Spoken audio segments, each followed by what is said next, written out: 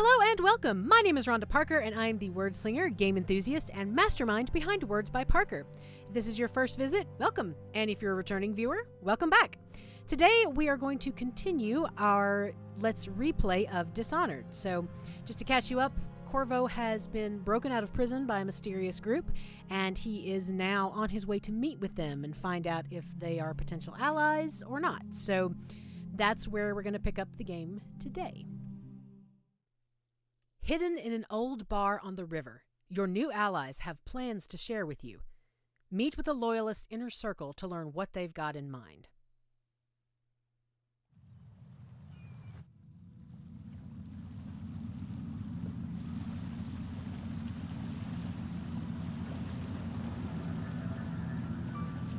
This is the Hound Pits Pub, closed for business. Half the district marked off as dead from the plague. We're right under the Lord Regent's nose, and he don't know a thing. That's handy. Of course, if anyone finds out what we're up to, the Watch will break in with swords drawn. And now that you've escaped, the Lord Regent's going to be tearing the city apart. Take you up to meet Admiral Havelock and the rest of the Loyalists. The Admiral's a man to be reckoned with.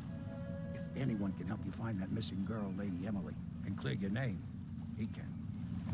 Oh, good. All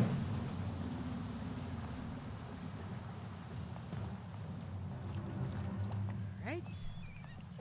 Now this looks homey. Okay.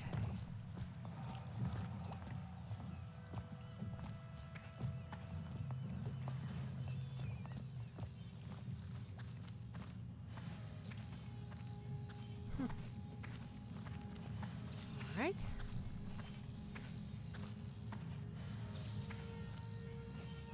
I expect they're hard at work in there. Best join them. They'll help you get whoever really killed the Empress. All right. So it's starting at last, Admiral. We've found our man. Even after 6 months in Coldridge Prison, he slipped out like it was nothing. Yes. Not surprising. He was the personal bodyguard of the Empress. You've heard the stories. Yes, I have. It still amazes me that someone could get to the Empress and young Lady Emily. No one knows the real story, Trevor. We all have our suspicions. We'll know the truth in time. He's strong and quick. But I hope he understands subtlety as well. This isn't one of your fancy dress parties. The reality is that we need men killed. Have you ever killed a man? Only with my wit. But it's a fair point as always. He'll be here soon, and I'm looking forward to meeting him. As if on cue. How you doing? We can continue this later, Lord Pendleton. The man of the hour is here. Corvo, I'm Admiral Havelock. A true servant of the Empire, like you. Until the Lord Regent purged those of us who wouldn't recognize his claim on the throne. And I'm Lord Trevor Pendleton. I represent the nobility in our little group. But we all act as equals here at the Hound Pits Pub. This is a momentous occasion, Corvo. I'm going to come out with it. We've been building a coalition of loyalists, aimed at ending the Lord Regent's tyranny and restoring the throne. At risk of execution, we're committed to finding young Lady Emily and seeing her crowned as Empress. We've got big plans, but we can't do any of it without you. We need your skills, your ability in a fight, and in helping us, we're going to help you destroy the men who murdered the Empress. Sorry, you must be exhausted. We can discuss this further after you've recovered. But before you retire, you should introduce yourself to Piero. He's challenging at times, but his industrious mind buys him that right. Yes, Piero's as much an artist as a technician. He's going to be crafting the gear you'll need. Go talk to him, and then get some sleep. We can talk more when you've rested.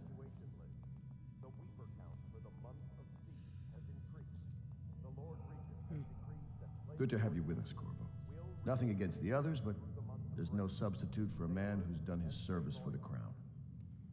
All right. Let's just look around the pub here, shall we? Since apparently this is Have you where talked to Piero yet? He made the weapons we left for you on your way out of Coldridge Prison. Go see him when you can. I'll go when I've looked around. I mean, come on. Lord Protector, you can't expect me not to check the place out. I'm just saying.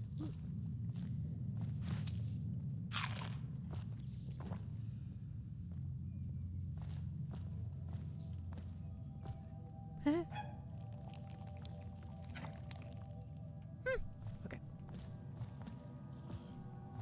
More stuff over here.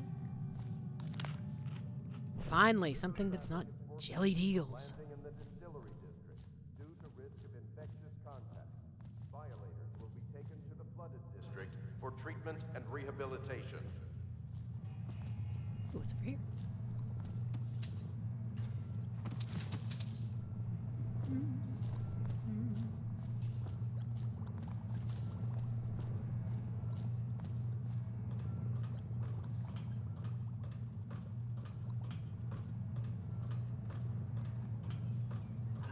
This leads out to here. Okay.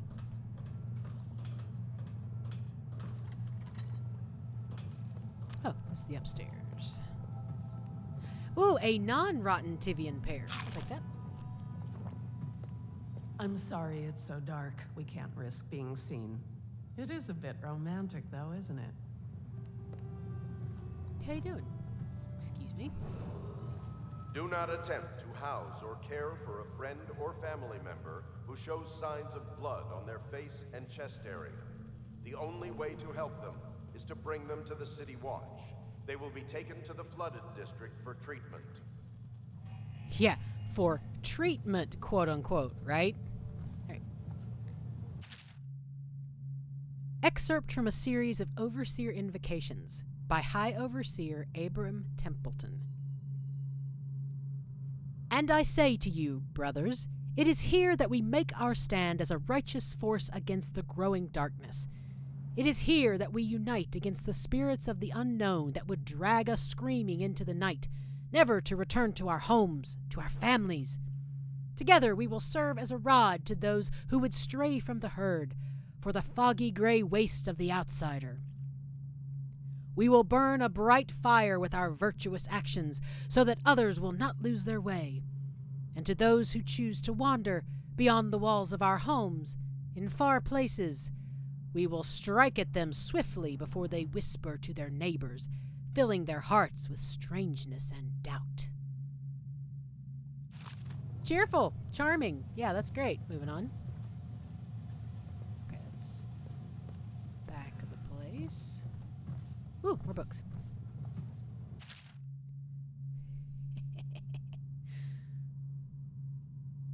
Does this have the... Yes, it's the whole... Yeah, I forgot about this. So this is actually a, like it says, excerpt from a book of sea shanties sung by sailors. If you've heard the tune Drunken Whaler before, you know this song. So, yeah, it just has slightly different lyrics. So, yeah, it's... There actually is, if you find the Dishonored soundtrack, there is a fantastic metal cover version created for Dishonored of this sea shanty. So I'm going to recommend it. If I find a link to it, I will link it in the description below. All right. Ouch. More money. Oh, hello. What's in here? Ooh, fancy room.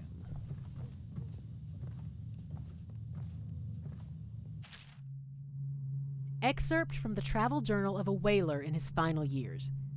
A Gaffer's Tale, Volume 2, or A Gaffer's Final Passage. After more than a quarter of a century, I am done with whaling, too broken to continue. I've seen all the corners of the isles and made more coin than most men see in a lifetime. But it's all gone. I've lived through an emperor and watched his daughter take the throne. Fair young empress she was, but slain so young. Everything beautiful comes to die.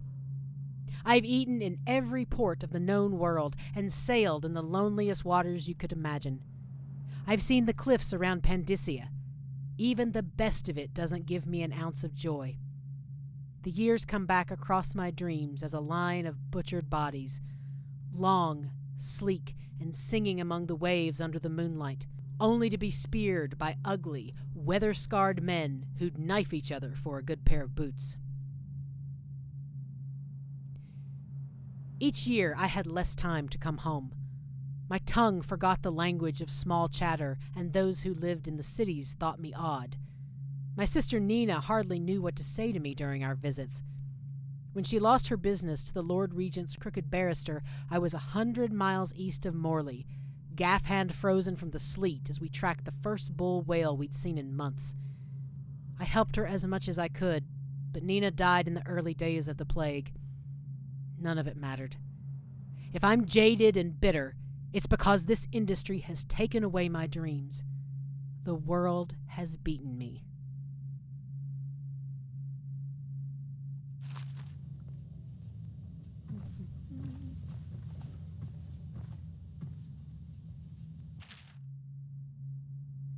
It has been days since our men were dispatched to stash weapons for Corvo in the old sewer. They have not returned, so I can only hope that they succeeded in getting the packages delivered. Piero spent considerable time and resources making those things.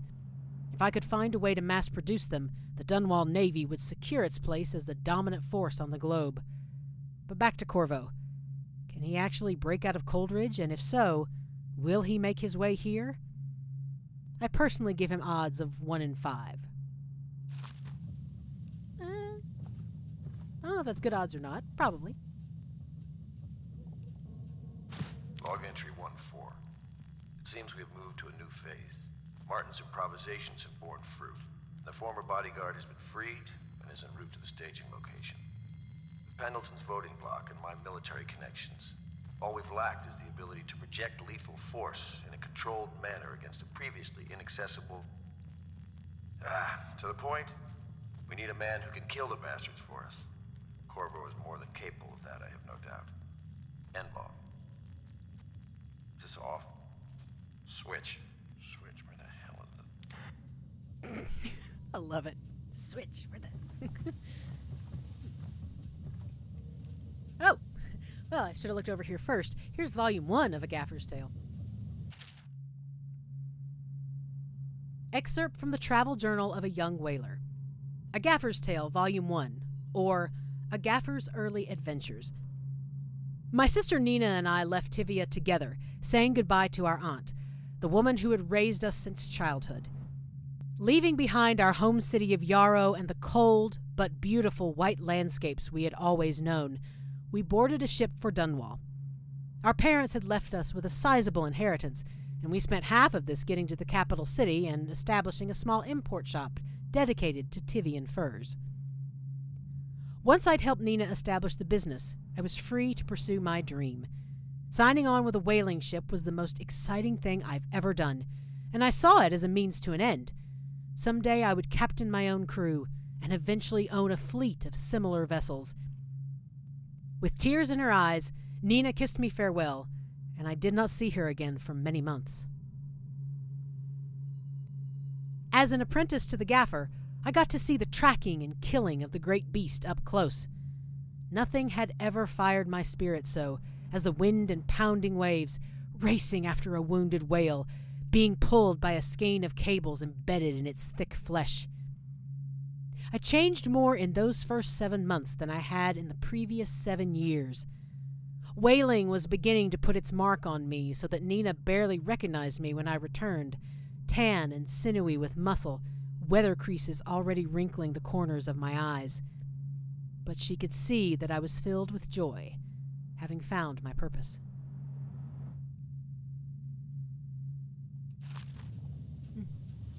Ooh. Yes. We'll just close that in case anybody comes looking. All right. I think that's good here. What do we got? Okay, Piero's over there. What's up here? Ooh. That's a shiny.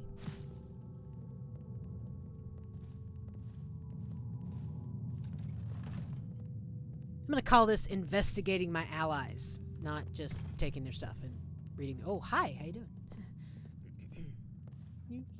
You need that tartlet? I'll leave it there. But you don't need this, right? This powdered crystal? I'll just take that.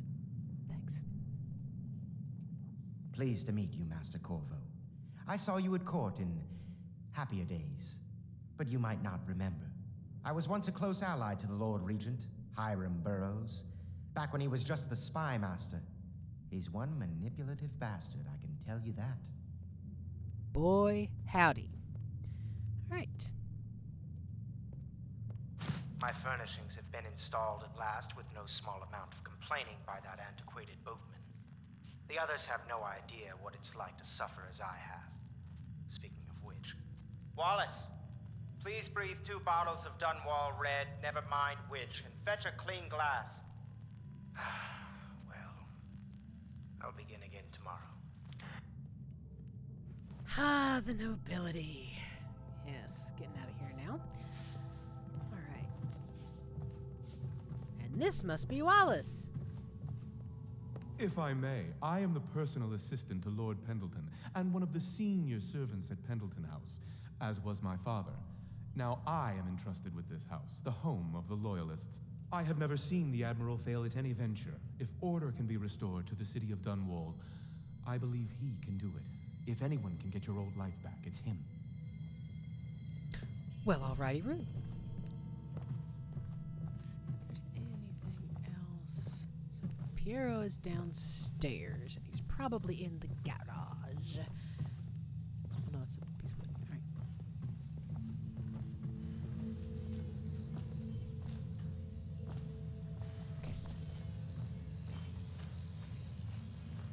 Ah, Piero. Wait a minute.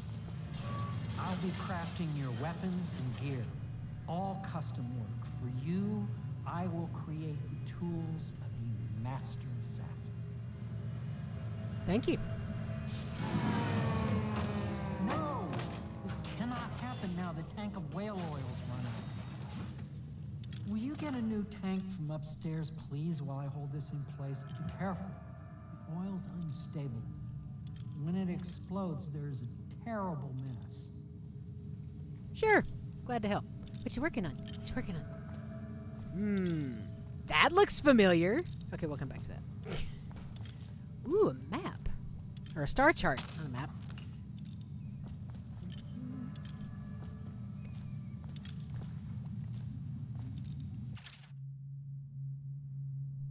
Excerpt from a series of newspaper articles from prominent natural philosophers by Piero Joplin.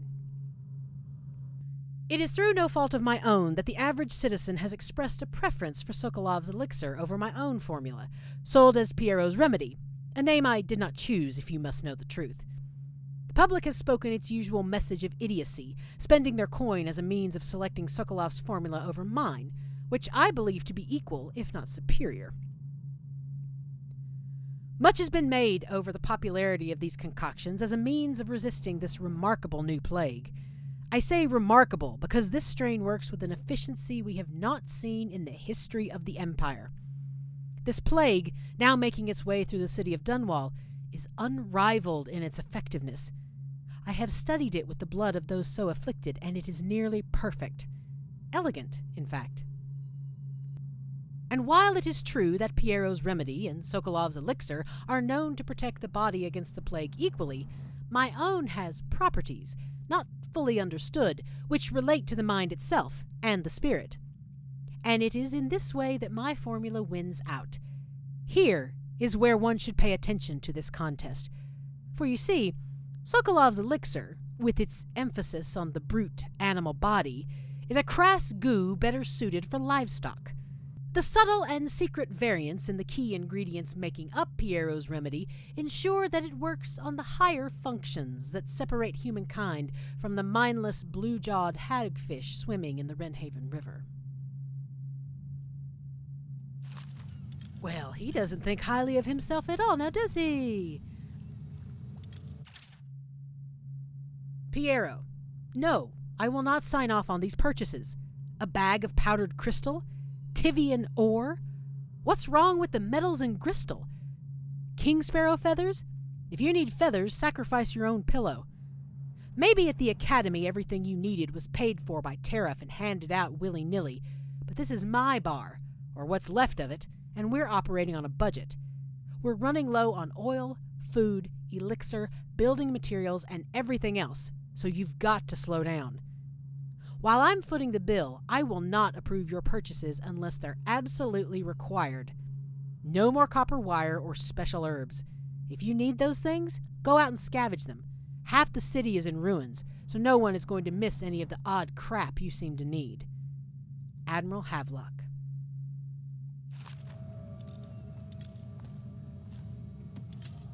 Speaking of medicinal herbs.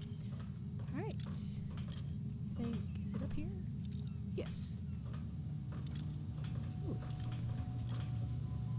Ooh. Let's read the failed experiments first.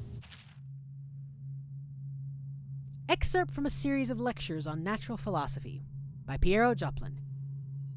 Of course, I have attempted to improve upon Sokolov's designs. Of course! And why not?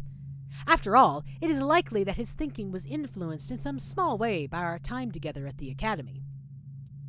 We are all part of a community, striving to unknot the mysteries of the cosmos.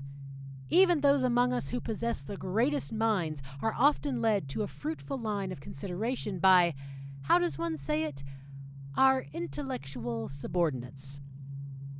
Sokolov is no exception to this, despite the glamour of genius he has cast over the aristocracy. And further, it is true that many of my experiments have failed. No need to gossip about it behind my back in your social clubs and in the very chambers of the Academy itself. Great ambition requires risks. You may laugh now at my door to nowhere, but someday you will not. Your children will likely see it as commonly as you see the electric lamps lighting our streets at night. But a few short years ago, you would have laughed at Sokolov's arc pylon or wall of light. Your laughter, your condescending smiles, they are nothing but evidence of your own limited imagination. Okay, let's go to more cheerful reading, the Dead Counter Responsibilities. Excerpt from a manual on new City Watch procedures. Commissioned by the Lord Regent in the face of the growing plague crisis, the dead counter is a position that will only be given to officers, usually of junior or middle grades. In most matters of edict or curfew enforcement, these officers will defer to the acting officer on duty. However, any dead counter will have command in situations related to the plague and the handling of the dead, including those with late-stage plague symptoms, called weepers in common parlance. Starting in the month of rain, interested officers may apply for the test and, if accepted, for the 2-week training tour. Pay will be administered in coin and rations of elixir at 1 1/2 normal pay grade. Well, all right then. Sokolov no longer has the upper hand with regard to supplies of whale oil. The good admiral has paid for the installation of my own system, which will enable me to work in this place. The oil tank dispenser, when activated, will produce an empty vessel for filling. When the empty tank is held near the oil tank refill pump, the magnetic attractor should take the tank and lock it in the correct configuration. Using the lever will begin the refilling process. Once refilling is completed, the tank can be removed and placed in service. Extreme caution must be used in handling the full tanks. They are quite unstable. The system is sound and well engineered. It appears that the Greaves Oil Company has done something correctly for once. Okay. Oh, yes, this will be fun. Let's listen to his thoughts now. The Academy teaches that absurd idea that the energy in whale oil arises from the need to maintain life functions at extreme ocean depths. The pressure and the cold are too much to endure without it. I speculate that a human being might, by a process of adaptation, produce high-energy humors in the body. I could build a tank that would slowly increase pressure on a subject over a long period of time and then observe them for years if need be to see if the formulation of energetic substances develop. Surely the Empress would be able to furnish me with facilities subject to the necessary legal amnesty. Well, okay. All right, so let's refill this tank. Oh, it's already filled. Look at that. man. You know I gotta go through the trunk. Just saying. Okay, well, never mind. Alright, let's go take this whale oil down. Perfect. Now plug it in. Just get it. Perfect. Thank you, Cole. You're welcome. Here, see? The assassin's mask. You're a wanted man, so everyone in the city knows your face, but this mask will mean terror to them. If you just hold still, the fit must be precise. There. Can you see normally? Center lens out of alignment. There. Better now? I could create more for you. Upgrades for your gear, weapons, munitions. But our situation here is desperate. Scavenge the city for valuables, and I will resell them on the black market. That should give us the money to craft the things you need. Tell me what I can make for you. Oh, I don't know. What can you make for me, Piero? Ah, crossbow bolts, sleepy time bolts. I love these. These are one of my favorite things because they're just great. Anyway, all right. Do I have? Let's see. Okay, I have 1,000 coins, so I could do a weapon or equipment upgrade. I do like that particular upgrade because even if you get caught and you're in the middle of combat, if you hit them with a sleep dart, they'll drop. It's great. Mask optics. All right. I'm going to come back to that one because I do like to carry a ton of sleep darts. Bone charm capacity. I think right now I'm just going to do the bolt capacity. We'll wait on 2. 1 will help. And the bone charm capacity. That will, once we have some bone charms, I can show you what that's all about. But all right. And we got no money for nothing else, so okay. All right, we're good. You must be exhausted. I advise that you get some sleep. Your life will get even more difficult soon. You should rest while you can. Yes, you're right. I'll head to my room for sleep. Because I've already looked around. Sleep well.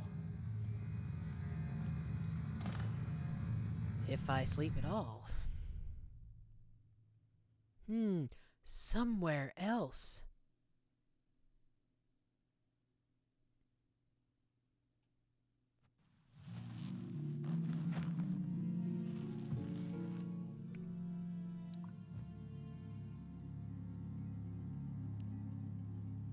Well, this looks like my room.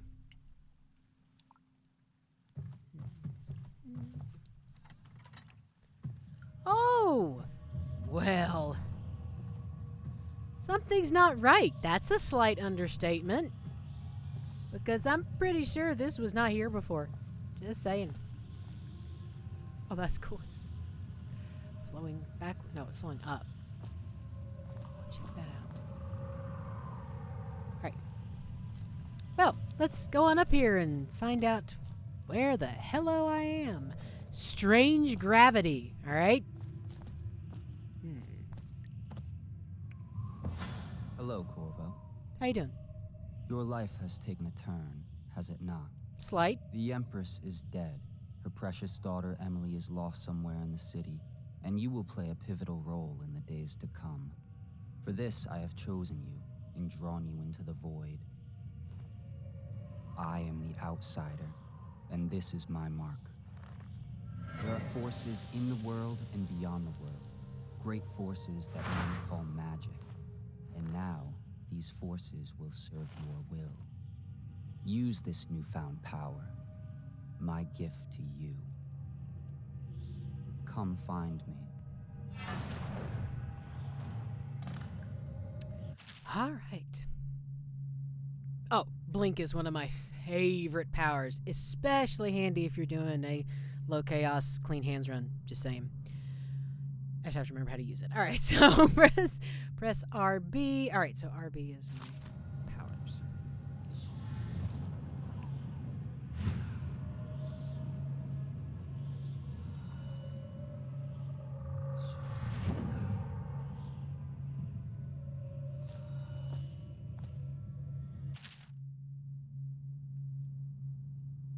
Wow.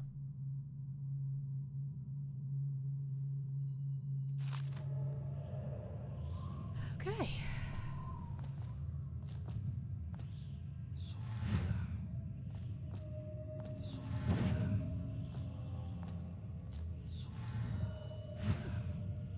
Oh, yeah, missed that. Take two.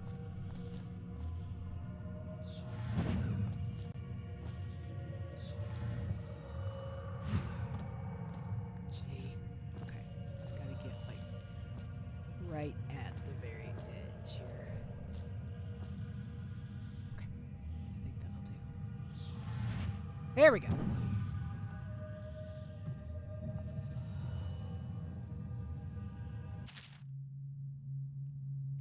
Corvo, I am very sad. They say that you're dead like Mother, but I'm going to put this note in a bottle and throw it into the river because I do not believe them. Living here is very strange. I do not like it, so please come for me if you can. Hang on, kiddo.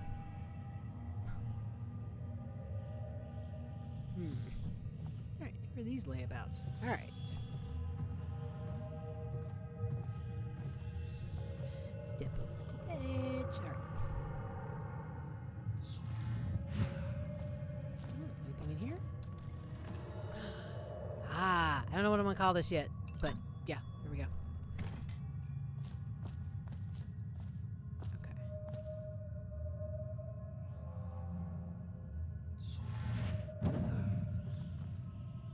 You.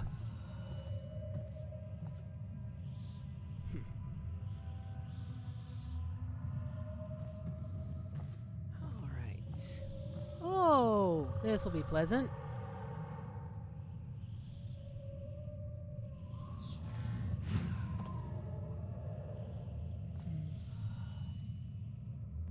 Those, by the way, are what are known as tall boys. We will deal with them later by avoiding them, just saying. Oh, that's right. I can actually, yeah. Forgot about that.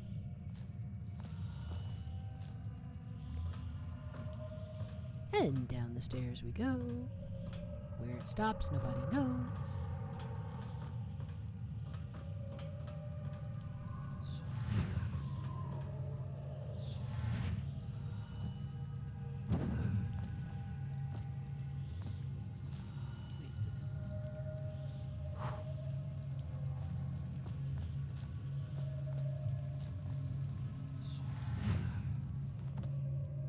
Days that follow, your trials will be great, Corvo.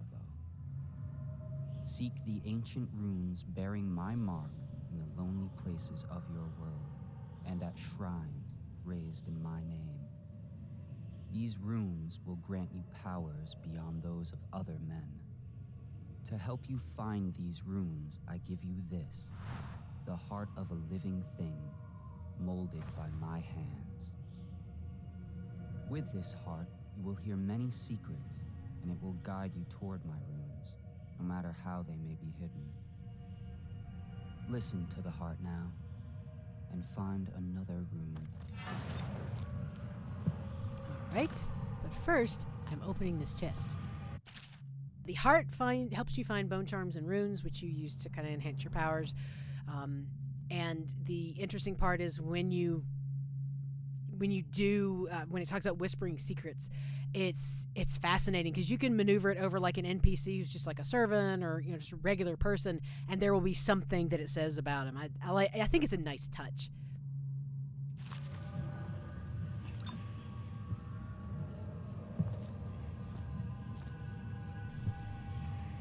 This place is the end of all things, and the beginning.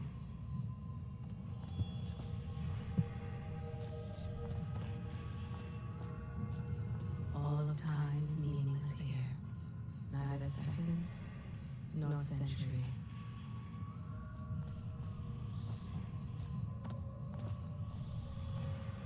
Can't just put something like this up here and expect me not to go check it out. Ah.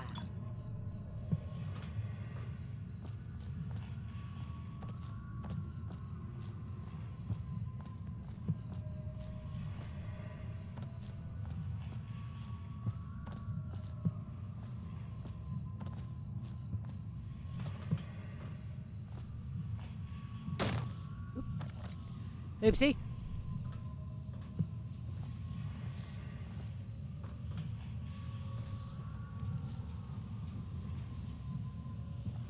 Oh, wow.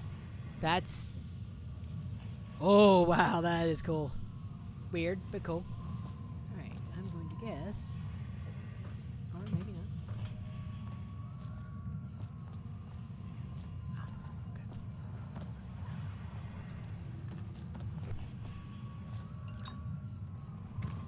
Okay. Oh, look, it's an outsider shrine in the void. That's not surprising. It's actually not. I mean, we're in his territory. Hold Y to open the quick add. Oh, okay. There we go.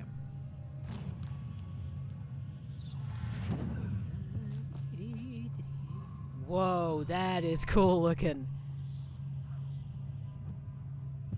Okay.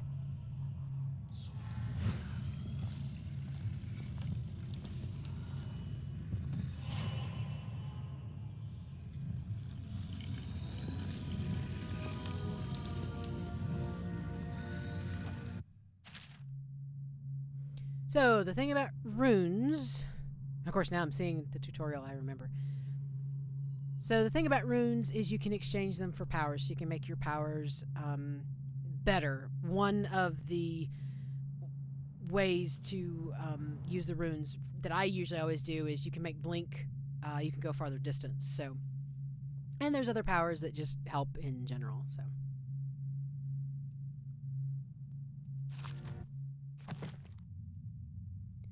Alright, so dark vision is handy. Alright, so it costs 3 runes to upgrade blink. But this is, it's a really, I will definitely upgrade that as soon as I can. However, no, because I'm not going for, yeah, what's this one? See in the dark. I think I'm going to wait. Right, oh wait, no, it's, yeah. I think I'm going to wait for right now. Because you can always come back to this menu, so yeah.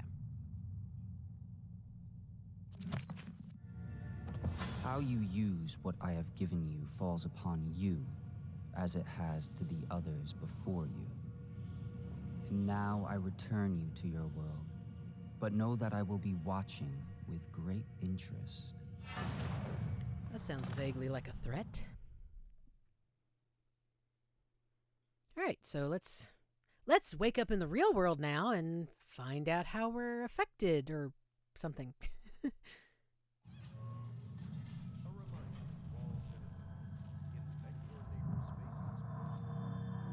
Well, it definitely wasn't just a dream, now was it?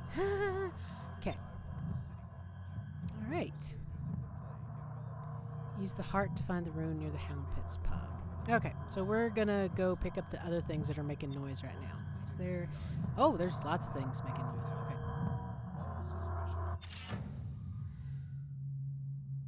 Bone charms provide small supernatural benefits. Locate them by listening for the song they emit. By default, you can activate up to 3 bone charms at once in the bone charms section of the journal. So, let's see. Well, let me pick up all these and then we'll look at them. Please, goodness, they're all over. I must have like one of the DLCs or something that gives you stuff. Okay. First, we'll read books, because it's a book. I gotta read it. Excerpt from an overseer's covert field report. For over a year now, I have lived away from the Abbey, without the company of my overseer brethren, or the guidance of the blind sisters of the oracular order. Days have passed with me sleeping in the dens of cutpurses, murderers, and worse, and the nights have seen me prowling through the worst alleys and wretched corners of Dunwall. I have taken my meals with killers. At times I have ventured beyond the city walls, meeting in forgotten graveyards and the outlying ruins frequented by those of ill means. My beard has grown long, and I wear the weathered clothing and bits of boiled leather favored by the Bottle Street and Hatter gangs, and by those rough men and women who make their trade knifing others in return for coin. My hands have run red with blood, it's true, but I have selected my targets with care, choosing among those criminals and heretics who were not fit to live, executing them justly and using their deaths as a means of building my reputation. So far, this trick has allowed me to make my name among my murderous colleagues without taking the lives of the innocent. My goal is singular. I must impress the assassin named Dowd in order to get close to him. Of all the practitioners of black magic we have tracked, none concerned the Abbey as much as Dowd. It is said that his mother was a witch from one of the archipelagos off the Pandician coast, taken captive by pirates venturing far from the Isles. According to legend, by the time the ship returned, the captain was dead and the witch controlled the crew, with Dowd still a shadow in her belly. The earliest stories tell of a gang killer without mercy, moving among the shopkeepers and city watch officers of Dunwall like a reaper through wheat. Then a period of silence followed. Years we now believe he spent traveling the Isles, studying anatomy and the occult in the great halls of learning and in hidden basements frequented by fellow dabblers in the forbidden arts. Dowd is even purported to have spent a winter in the Academy of Natural Philosophy itself. And for a time, before a schism developed, he counted the Brigmore witches among his allies. All the while, he honed his craft, and it is during this time that we believe he began to consort with the outsider. New reports emerged of a dusky-skinned assassin paid by the elite to eliminate their rivals in Dunwall and in the other major cities across the Isles. Those who saw him and lived numbered in the handful, but all of them reported something strange. He appeared and vanished like smoke. From a nearby rooftop he gestured, and a noblewoman stumbled from her balcony, falling to her doom on the cobblestones below. Most recently, as this new threat of plague has arisen in Dunwall, Dowd has been seen leading a gang of men in dark leather, dressed as factory whalers in their vapor masks. They seem loyal beyond comprehension for one so unworthy, leading me to wonder if some of his magic is dedicated to lulling their minds, enslaving them. Only a month ago, one young girl claims to have come upon a strange scene. Carrying a bottle of milk home to her crippled brother, she was taking a shortcut through the tailor's district. In a narrow street, she passed beneath a window and heard unusual sounds from within. Pushing aside the ratty curtain, the girl saw into an abandoned apartment, used by miscreants for gambling and trading haberweed. An occult shrine had been erected against the far wall, which she recognized from the teachings given by her local overseer. A man she described as resembling Dowd was kneeling before the shrine, muttering to an unseen spirit as if in argument. He took a carving, made of pale bone, from the altar before him, and the lights all went out in a gush of unclean wind. Quiet as a field mouse, she slipped away, running until she reached her home. There can be no doubt. Dowd is an agent of the outsider and must die, for there is no limit to the evil this man might do. This is my solemn oath and the great purpose of my life. Until Dowd is dead and his corruption has been purged from the world, I will continue to move among the depraved, winding my way toward him. I will not drop my guise or don my overseer's mask again until Dowd breathes no more. Dude, you're going to be waiting a while, just so you know. All right.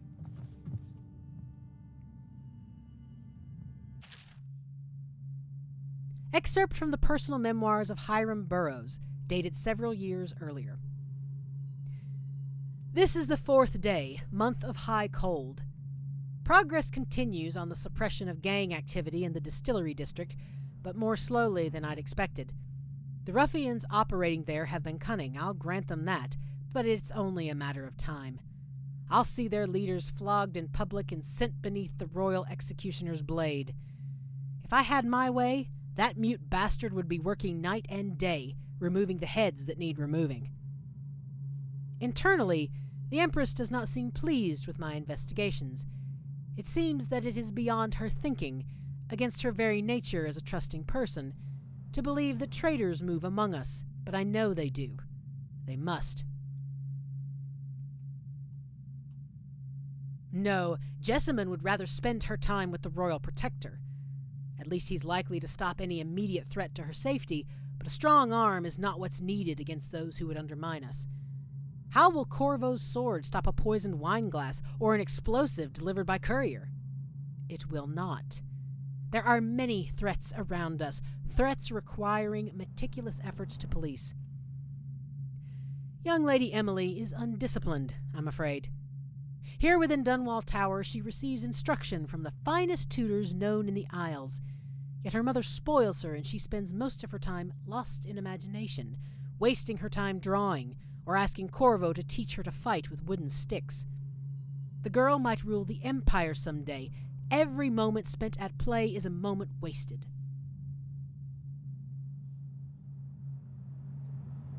Shoring up security for the main gate leading into Dunwall Tower has been another pet project of late. To think that back in his day, Emperor Kaldwin left it open to the public during the day, allowing anyone to come and go as they pleased. If it were up to me, I'd seal off access to the streets entirely, but the Empress won't hear of it. The waterlock is much easier to protect, and if it were the only way into the tower, traffic in and out would be greatly reduced. Someday the wrong person is going to slip in and we'll suffer for it, mark my words. No amount of security is excessive when it comes to protecting heads of state. The Empress also disapproves of my plans for the Sokolov devices. Sokolov himself has no interest in security, of course, but he's vain and therefore keen to see his inventions deployed in any fashion. This wall of light he's been tinkering with has promise. In any case, at least I was able to convince the Empress to upgrade the pistols carried by the officers of the Watch. Why do I worry so when no one else seems to care? If I ever fall asleep, will it all sink into the ocean? Will the rough things clamber over the walls and fill themselves on our flesh? This is what I see in the same dream several times each month. If only I had more say in things, more authority, I could protect us all. Perhaps I have been working too hard. Dinner and an evening of conversation with a certain lady of refinement might be in order, perhaps somewhere nice in the estate district. Hiram Burrows, Royal Spy Master. All right. Ooh.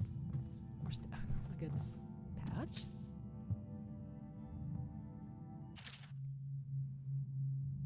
Excerpt from a series of letters sent by a member of the Bottle Street Gang. You want the chinwag on Slackjaw? What he was like when he was young before he got his name? Oh, he's got a cool head now, but it weren't always like that in the days before he was the boss of the Bottle Street Gang. Time was, young Slackjaw wasn't such a reasonable man. Like most of us, he grew up on the streets, running with a pack of ragamuffins and avoiding the law, pinching whatever he needed. Dark-haired and dark-eyed, smoking a pipe by the age of 10. For them born into the brothels or coming from the orphanages, it was either the gangs or working with the mudlarks, and no one wants that. Some got pressed into the Navy or put down in the mines run by the Pendleton or Boyle families. As hard as it was on the streets, as hungry as we all got, at least we was free. By the time we weren't little uns anymore, Slackjaw was one to watch, usually calling the shots when we took down a farmer's cart or sidewalk street vendor. He'd come up with the plan, give everyone some part to play, and decide on the split. Most of us just went along, because we learned fast that we made out better like that. More food, more coin. Plus, none of us wanted to deal with Slackjaw when he was in a rage. He worked on a couple of big jobs with Black Sally across town, and that was enough to get the attention of the other bosses. He wasn't just a street kid anymore. Now he was an up-and-comer, which meant trouble. Another guy who fancied himself as such was Mike the Fish, who was working his way up running the protection racket among the factory women. One fine evening, we're all taking in a bawdy show at the theater house. Mike the Fish and his lot are there in the cheap seats too, just down the aisle from us. Mike gets a wild idea, he wasn't big on planning, and throws a heavy ceramic spittoon at Slackjaw. hits him square in the face and breaks his jaw. We look to see if there's going to be a blood brawl, but Slackjaw just points at the door and we all leave, with Mike laughing at our backs. Waking up the next day, without telling us why, Slackjaw motions for us all to follow. He still can't say a word, so we just come along. We stop at the docks and Slackjaw buys, actually pays coin for it, a heavy chain covered in hooks. It's for fishing in the deep, something you'd attach to a long line off the side of a ship. It's about 4 feet, made of thick links, and there are shark hooks coming off of it at different angles. Slackjaw's got that thing wrapped around his left arm, dangling at his side. Not sure how he knew where Mike the Fish was staying, but when we reach his girl's house, Slackjaw throws a bottle through the window just like that. It's almost noon. There's a bunch of screaming inside, and Mike pokes his head out, looking wide-eyed and baffled. When he sees Slackjaw out in the street, a look comes over his face that still gives me the willies. Pure murder. Mike comes out the side door, bellowing like a blood ox, holding a cleaver, heading straight for Slackjaw. When they come together in the street, Slackjaw spins and the shark hooks bite deep into Mike's arm and shoulder. He screams, but Slackjaw holds on to the chain. He's standing there with his jaw broken, clenched tight, with the chain wrapped around his left arm, hooks sunk into Mike the Fish, just knifing him as fast as he can.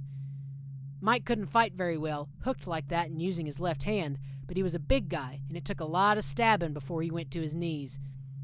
Everyone was cheering at first, but then we all went quiet.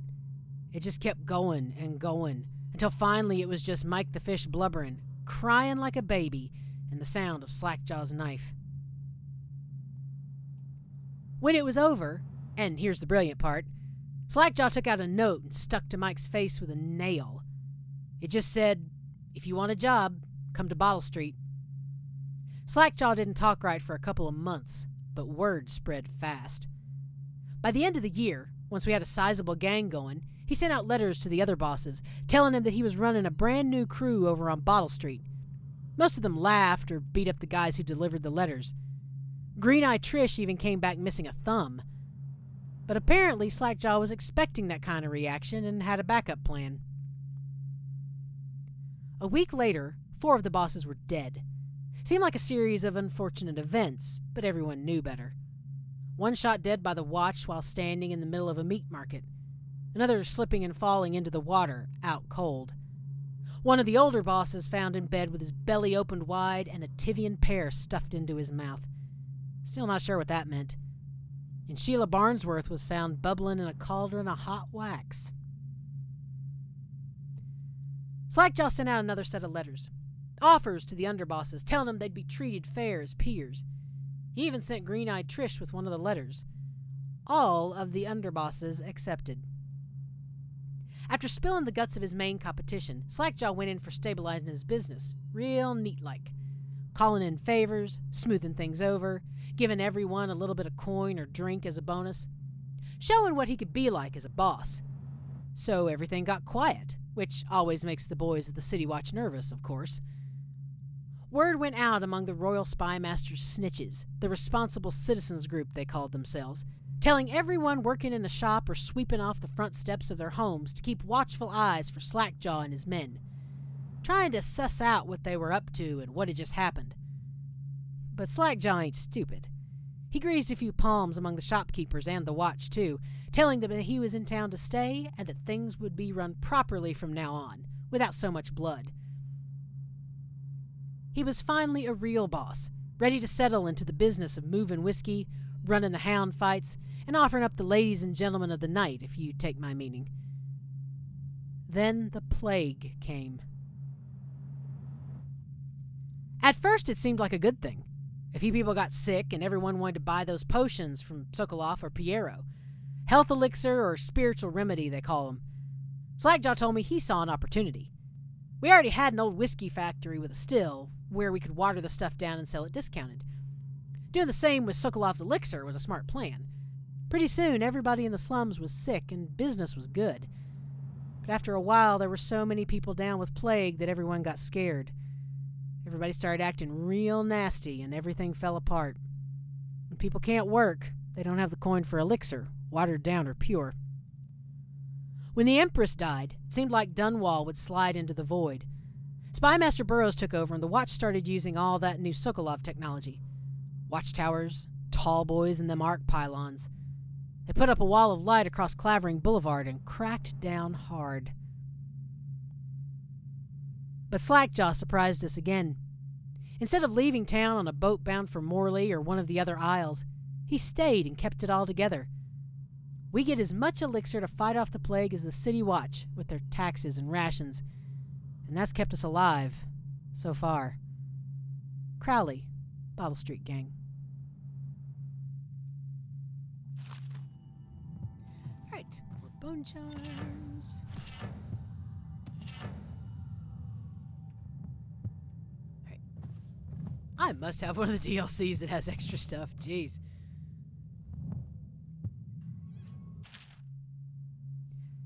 Excerpts from the ramblings of a street denizen. Of course I'll tell you, dearie. I won't keep any secrets from you in the end. All the dreary days of my life are like the windows of a house. From the kitchen, I can see out into the garden where the leaves and stalks are brown and bug-eaten. You can see a little lump of dirt where something was wrapped in a blanket and laid to rest among the rows of twisting vines. The front room looks out into the street, where the neighbors are all setting fire to their homes, barricading themselves inside. Warm and snug, dearie. Don't forget about the bedroom, either. It sees into a dreary alley, where hooligans are playing a game with an old man. The first two are hitting him with sticks, and the girl with them is kicking at his dry, old ribs. Oh, to have those bones, to boil them in a pot. No one lives in my house anymore, dearie. No one you'd want to meet. When I lived there with my husband, we were fine, fine people. Vera Moray, everyone would say. Your house is as grand as Boyle Manor. Better even. Your dinners are lavish and your parties are the best. When that young Sokolov came to paint my portrait, I was nearly still in my prime. Radiant, he said, and he was just barely a man, so young, painting all the best people across the land. Everyone wanted a portrait by his hand, all my friends. I was the only one, dearie, wet with his paint, glistening on the canvas for a pretty coin. But it wasn't all parties and paintings. My husband and I weren't always at home, no. We traveled together, he and I, to the far ends of the Isles, beyond even, all the way to the red cliffs of Pandysia, to dig in the rock and crawl through the caves, holding up candles and squinting at the walls. Many precious things we came upon, but none so precious as the boy with the black eyes, dearie. All those marks and bones, carved so deep and polished so bright. I brought the old bones home, hid them from my dear husband. Then I learned to boil them and carve them myself. They made such good presents, dearie. The little mute boy took them home. He loved them so.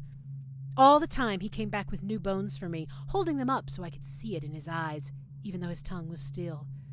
Granny, his eyes would say to me, carve these bones for me. Make me another present. And he went so far, all the way to Dunwall Tower, the royal headsman himself now, my little mute boy and his shiny, shiny sword. Better bones were what I needed, you see. Better bones to carve and polish, scrape and gleam. My dear old husband was always tired.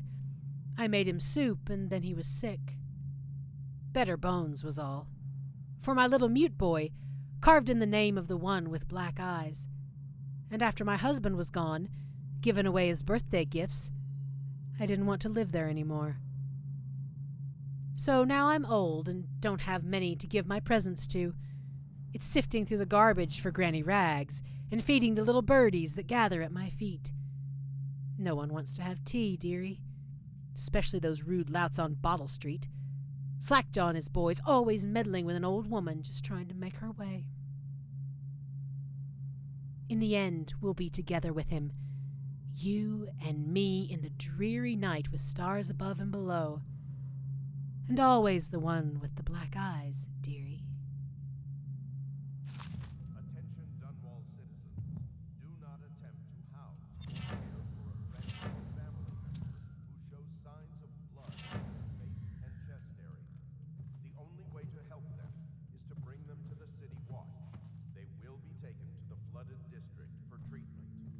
Alright, I think I've got everything. So now let's look at... Oh, wait, I haven't. Alright, so let's look at these bone charms, shall we? Oh, well, I hit the wrong button. Which one is the menu? Is it this one? There we go. Okay. Let's see. Alright, bone charms. What we got? We have lots, and I have 8 slots. Sweet. Okay. White rats won't attack you. White rats can... No, good. I like that one. I don't need that. Shouldn't need that one. Shouldn't need that one. Yes! That sounds like a good one. No.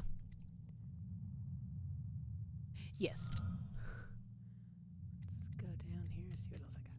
Okay. Nope. Sounds good. Ooh, that sounds good too. Alright. And then powers. Yeah, I only have one move right now. Okay. Alright. And actually, you know what? It's not a bad idea for me to save the game. It's just not. All right, and we're back. Okay. All right, let's see. I know I need to find that, but I want to take a look around here first.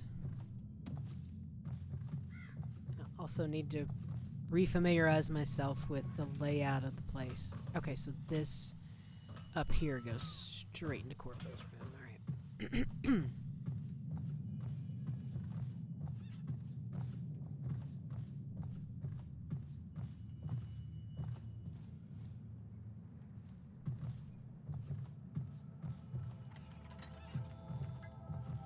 Oh, Corvo's in the penthouse suite. Well, imagine that. Should I clear space for Samuel then? If you like, but he won't use it. Why? He can't sleep in regular beds anymore, or that's what he says. Says he was in the Navy too long. Can you believe it? Oh. That pile of wood out there? It's a hovel he built from an old rowboat. Where does Admiral Havelock find these people, I wonder? As far as the river mouth and flooded districts, do not attempt to approach or destroy a river crust. Any items recovered from doing so are considered... I had a sailor for a boyfriend once. He thought he'd strike gold digging in the Pandician cliffs. They found his ship drifting empty. Oh, here's someone new. Good day, Master Corvo. Lydia and I trade chores sometimes, and I'm starting to think I never come out ahead. She's a smart one. Right. We have more things to read. More things in here. No. Yo, hi! Are you a nobleman, Corvo? No one seems to know much about you. By your bearing, I'd say so. Lord Pendleton's great-grandfather took a Sokonan chambermaid to wife. On second thought, the story doesn't bear repeating. Even the finest blood can go bad here and there. Alright, let's see if this is any different. Thanks for the heart attack, by the way. Eeh. Lord Pendleton Memoirs, Chapter 27. In my 13th year, the despised stepmother at last departed, and Pendleton Hall was again quiet, although father had by then sunk into deep depression. It was at this sensitive time that Waverly Boyle first entered my life. She who will be the source of many tender recollections to come. You know, it's just not smart to record your memoirs. I'm just saying, because, no. It just sounds like there's going to be some interesting things. Moving on. I think that's... Yes, so that one hasn't changed. It hasn't changed. Anything else in here? I hope the attic's to your liking. I've slept there myself on summer nights. It's not bad. I like it. It's kind of quiet. Ooh.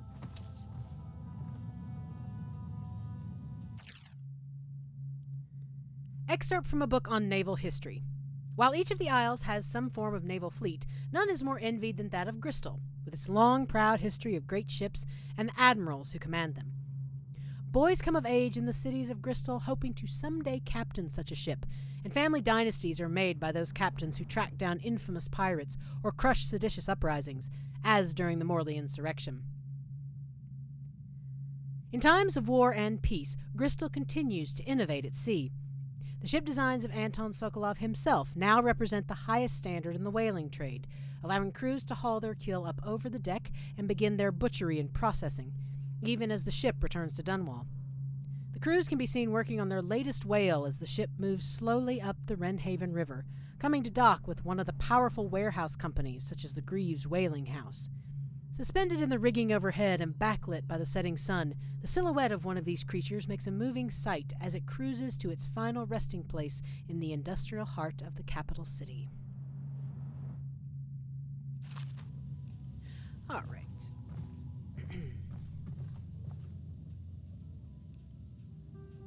Corvo seems to have arrived in good shape. Much better than I expected, given what I've seen of Coldridge Prison. He seems willing to work with us, and he shouldn't lack for motivation. The man has lost everything. We'll judge how he performs in the field. And if I can, I'll find a way to test him personally. Well, bring it on. All right, so... oh yeah, I can't read books in this game. I was like, ooh, bookshelf! That's the wrong game.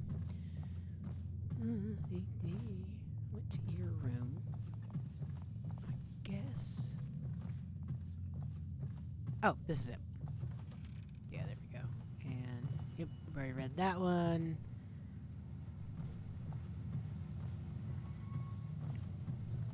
I read that one. Okay. Oh, whoops. Okay.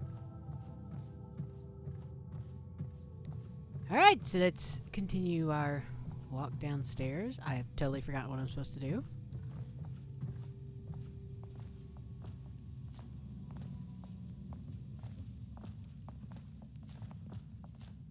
And again, gotta look around, make sure there's nothing new to pick up. Oop, oop, oop. There's it. Attention, Dunwall citizens. Whoopsie! Do not attempt to house or care for a friend or family member who shows signs of blood on their face and chest area. The only way to help them is to bring them to the city watch. They will be taken to the flooded district. Well, let's get down to it. First off, I know that assassination is dark business, but sometimes good men have to do bad things to make the world right. Our purpose is clear. We want to restore Her Majesty's line by finding and putting Emily Kaldwin on the throne. To those ends, we'll hide, act in shadow, take them apart, piece by piece. Tonight, High Overseer Campbell dies by your hand. It won't be easy. He's protected by his overseers, an army of religious zealots. But if anyone can do it, you can. Your exploits are legendary. Well, thank you. Campbell carries a private journal. Once you've eliminated him, get the journal, because we think it contains Emily's location. Recovering her is obviously critical, assuming she's alive. That's the gist of it. Remember our cause and strike true. We're counting on you. Another thing. Campbell is holding a former overseer by the name of Martin. He's one of us, and if you manage to find him, give him whatever help you can. He's a master strategist, and he got caught working for our cause. It'd be good to have him back here at the Hound Pits. All right, so take out High Overseer Campbell and rescue Martin.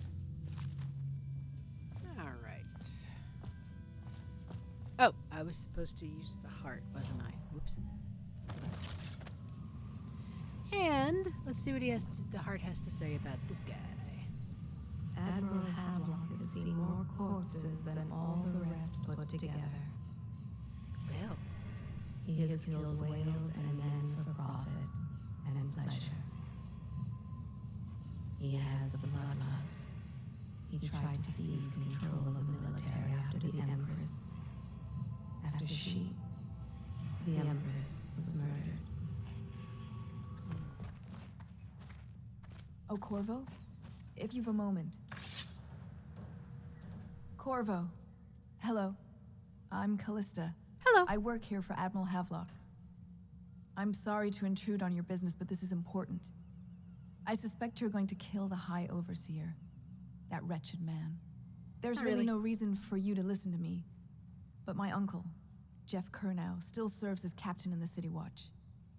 But he's a good man, and my only family.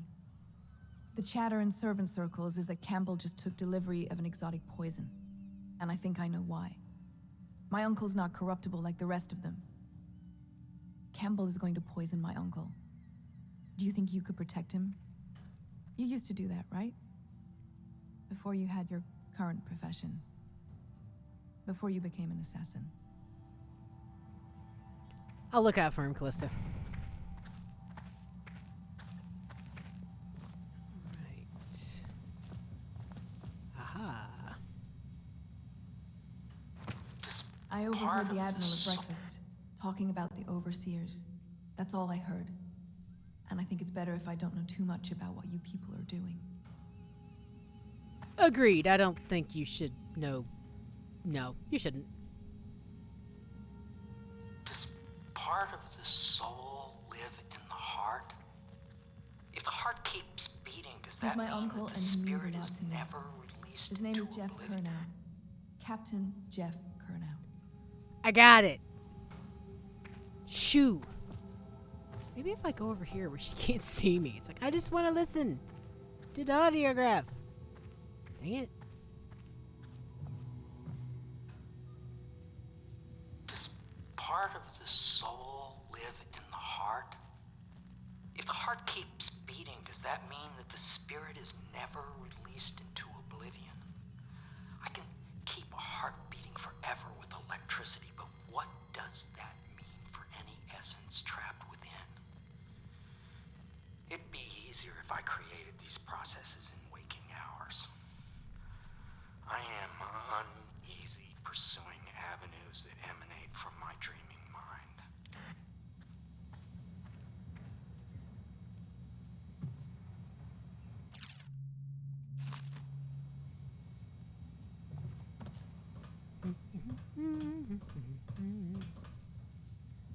Was that there before? I don't think it was.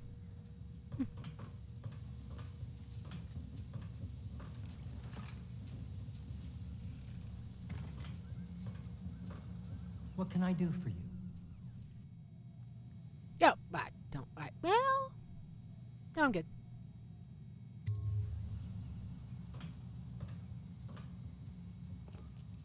Just gonna take that for safekeeping. Okay, we've read all these. All right. All right, I think we have covered all of that. No, I'm good. Okay.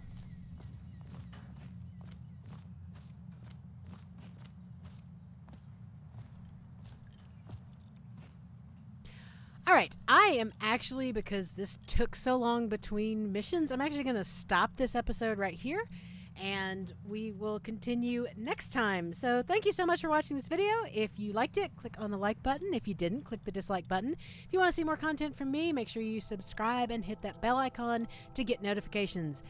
Next time, we will start Mission 2, High Overseer Campbell. So it'll be the first mission where Corvo goes after one of the people who has done him wrong. Will he kill them? Will he take them out non-lethally? I'll spoil the surprise. I am doing this non-lethal. So thank you again for being here, and I'll see you in the next episode.